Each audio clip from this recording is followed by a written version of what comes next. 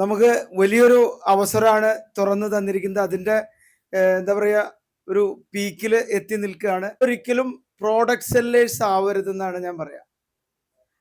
പകരം നമ്മൾ നമ്മുടെ സ്പെഷ്യാലിറ്റിയാണ് നമ്മൾ സെല് ചെയ്യേണ്ടത്. നമ്മൾ ആദ്യം നമ്മളെ തന്നെ സെല് ചെയ്യാൻ ശ്രമിക്കുമ്പോഴാണ് നമ്മുടെ പ്രോഡക്റ്റ് കൊടുക്കാൻ സാധിക്കുള്ളൂ. അപ്പം നമ്മുടെ പ്രോഡക്റ്റുകൾക്കൊക്കെ, എല്ലാ പ്രോഡക്റ്റുകൾക്കും ഓരോ സ്പെഷ്യാലിറ്റികളുണ്ട്. ആ സ്പെഷ്യാലിറ്റി പറഞ്ഞു കഴിഞ്ഞു കഴിഞ്ഞാൽ നമുക്ക് വളരെ ഈസി ആയിട്ട് നമ്മളുടെ പ്രോഡക്റ്റുകൾ, നമ്മുടെ ഗ്രോസറിക്ക് ഒരുപാട് സ്പെഷ്യാലിറ്റി ഉണ്ട്, നമ്മുടെ വെൽനസ് പ്രോഡക്റ്റുകൾക്ക് ഒരുപാട് സ്പെഷ്യാലിറ്റി ഉണ്ട്, നല്ല റിസൾട്ടുകളുണ്ട്. ഇതൊക്കെ പറഞ്ഞു കഴിഞ്ഞു കഴിഞ്ഞാൽ വളരെ ഈസി ആയിട്ട് നമുക്ക് കാര്യങ്ങൾ മുന്നോട്ട് കൊണ്ടുപോകാൻ ഈസി ആയിട്ട് സാധിക്കുന്നുള്ളതാണ്.